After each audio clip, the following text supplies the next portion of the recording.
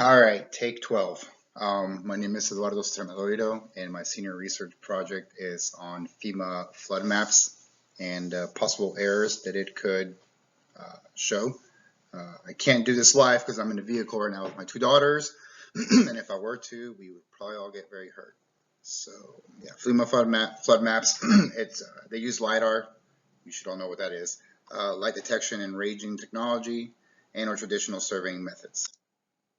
The objective and goal of my research is, as we can see on these two images on the right, on the top, we can see a difference in color from blue to a orange, which puts different properties or businesses in the flood zone of a certain elevation. Or on the bottom image, it's just a straight line that puts these businesses or properties into a flood zone, which don't seem accurate at all, really. So yeah, my objective is to determine the flood maps and identify some errors. There are several specific goals that need to be done to complete this. A lot of data collection and map verification. My goal is to establish some flood maps that have some errors in them and potentially get some businesses or properties out of a flood zone insurance rate, we'll call it. The problem statement, for starters, who is FEMA? FEMA is the state and local officials identifying flood hazard areas for flood risks. The floodplain manager requirements with the SFHA are designed to prevent new developments from increasing the flood threat, to protect new and existing buildings from anticipated flood events. There is a lot of badly outdated and incomplete flood risk maps. So the maps need to be updated. And it's a roughly cost of $3.2 billion to do so. So it really forces FEMA to just stay in the more popular areas with more risk. The objective here is to really determine some ground truthing. As we can see again on the images on the right, on the top, there is Hillsborough County Zone AE. It's just some straight lines, and it's putting half the properties in the flood zone, the other half is not. But if that line touches your property or business, you are in a flood zone and you have to pay that extra insurance premium. And the same thing in the bottom, it's just another illustration. And there's several steps that need to happen for this. And of course, the first one is to go through FEMA's website, the Flood Map Service Center, and find a property. I had the pleasure of, and I will continue to work with this surveyor, Suriel, this is kind of what he does. And he recently shared some information with me of a property that he did, and he's going to do a lot more in that area. For starters, some information is, oh God, I can't go back. Shoot, the first slide showed, it showed the plat book, it showed the original meets and bounds, and the property information. This slide here will show the letter of map amendment, the beginning to gather information.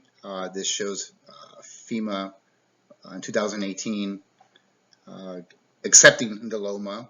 On that center image, it shows that it is X'd out. God, I wish I could zoom into it. And the right image, which is the letter of map amendment, determination that it has been removed after the work has been completed. Here is where the property was. The top left image will show just a kind of an overview of the area next to a lake.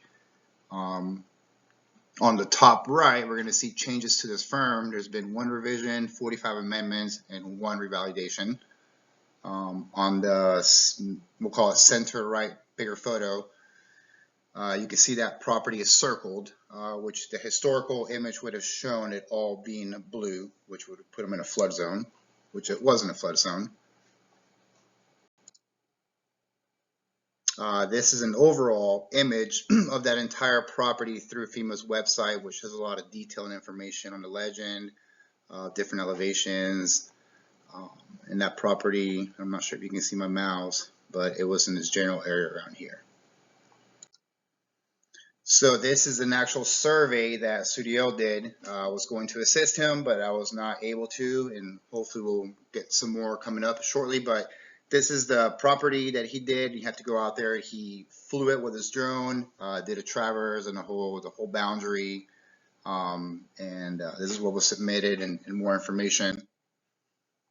The next property that we'll be doing is, as you can see on the left, the letter of map amendment, a non-removal.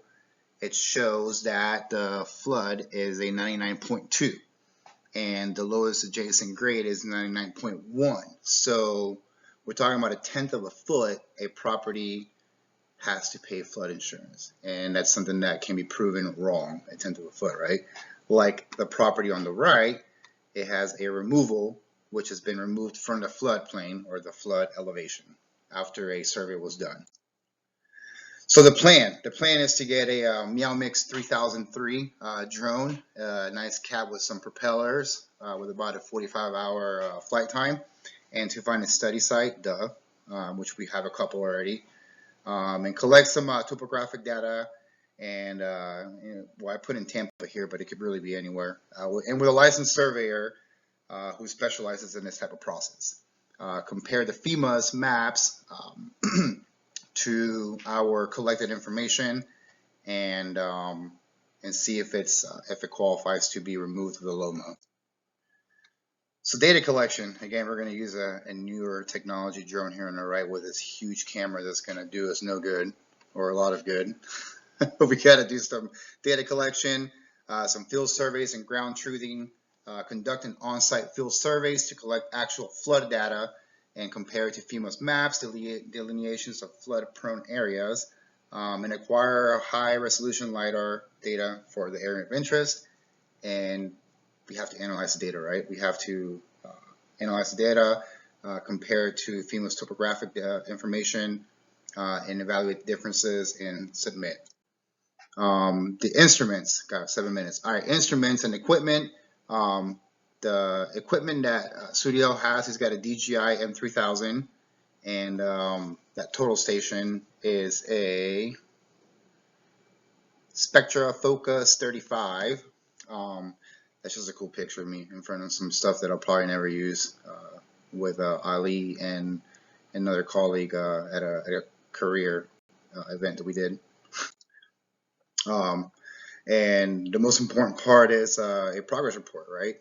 That is my daughter. She was 6 at the time, now she's 8, but she is screaming at a blueprint because she can't figure out what's going on. But the progress report is we have to do a statistical analysis and perform a statistical analysis to qualify and assess the differences between the FEMA flood map data and some ground truth data to prove if it is or not in it, and generate some reports with the results. We have to analyze everything, reports and documentations, and submit.